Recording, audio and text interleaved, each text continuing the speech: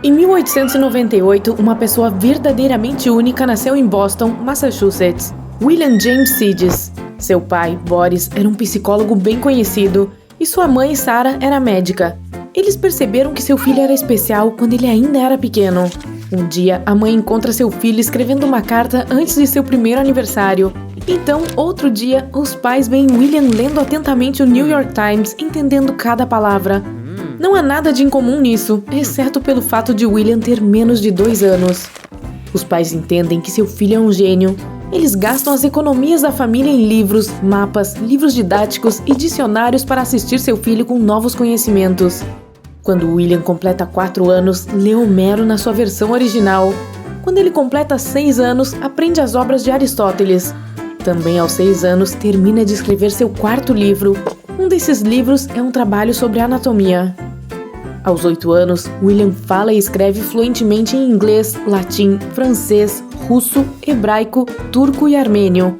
Isso não é suficiente para ele, que cria sua própria linguagem única. Seus pais estão um pouco chocados com as habilidades do filho. Eles percebem que ele é muito inteligente para uma escola regular. Ele é mais inteligente do que todos os professores e alunos. Aos 9 anos, William passa facilmente em todos os exames e entra em Harvard. Mas a universidade não permite que ele ingresse tão cedo.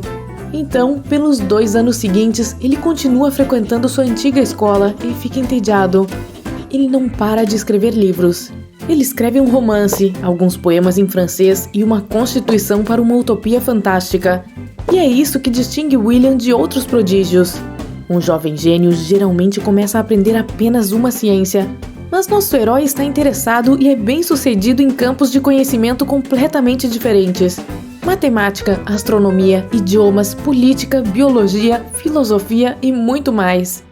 Finalmente, William completa 11 anos e o deixam estudar em Harvard. Todos os alunos e professores ficam surpresos ao ver um aluno tão jovem, mas acima de tudo, ficam surpresos com seu nível de conhecimento. Algumas pessoas o admiram, outras o acham estranho. William se sai muito bem em Harvard, passa facilmente em todas as provas e até dá palestras no clube de matemática.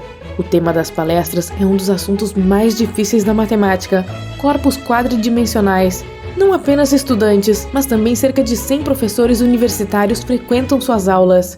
Para a maioria das pessoas, essas palestras são muito pesadas, mas aqueles poucos que entendem do que William está falando ficam surpresos com seu conhecimento verdadeiramente genial. Os professores acreditam que William se tornará um grande astrônomo e matemático.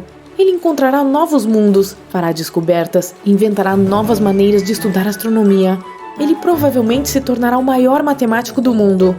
Infelizmente, o conhecimento não é suficiente para alcançar o sucesso na vida. William não consegue fazer amigos na universidade.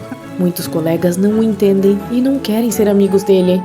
William se forma em Harvard aos 16 anos. Ele tenta se encaixar no mundo, levar uma vida feliz, mas não consegue.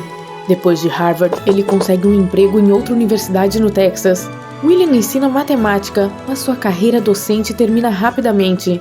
A gerência pede que ele deixe o emprego, já que ele é muito mais jovem do que todos os professores e alunos.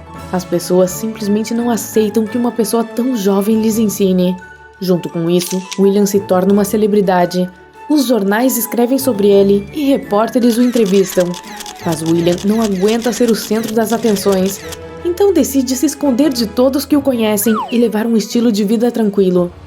Nos anos seguintes, William se muda de cidade em cidade e vive com nomes diferentes para que ninguém descubra quem ele é.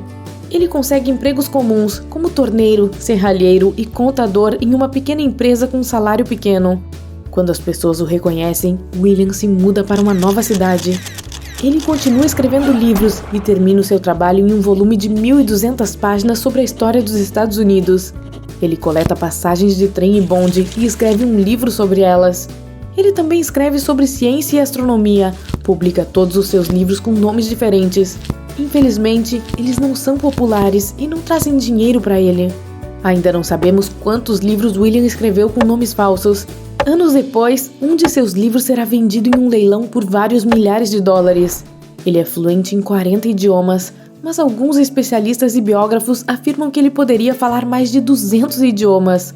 William leva uma vida tranquila e provavelmente feliz. Ele trabalha como carpinteiro em Nova York, mora em um apartamento modesto e se encontra com amigos. Biógrafos que estudam sua vida dizem que pessoas que conheciam William o adoravam. Todos o descreviam em palavras excepcionalmente gentis. Então, parece que William se sentiu satisfeito com sua vida adulta, apesar dos difíceis dias mais jovem. Mas alguns especialistas acreditam que ele foi infeliz pelo resto de sua vida. Em 1937, sua vida tranquila muda quando ele conhece uma mulher que se torna sua amiga. Ela o visita e eles discutem vários tópicos. As coisas estão indo bem. William está feliz por ter uma nova amiga. Mas então um grande artigo sobre ele é publicado em uma revista bem conhecida. Descreve sua vida em detalhes e de uma forma ruim. Nesse artigo, William parece ser um maluco recluso.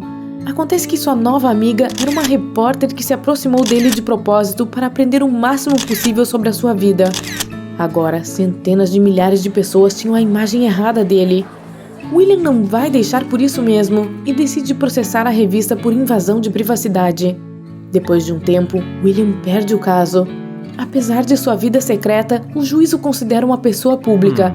E não há nada de errado em as pessoas descobrirem algo sobre a vida de uma pessoa pública. Ele sai de casa e se esconde das pessoas novamente. Ninguém sabe como ele passa a vida pelos próximos anos.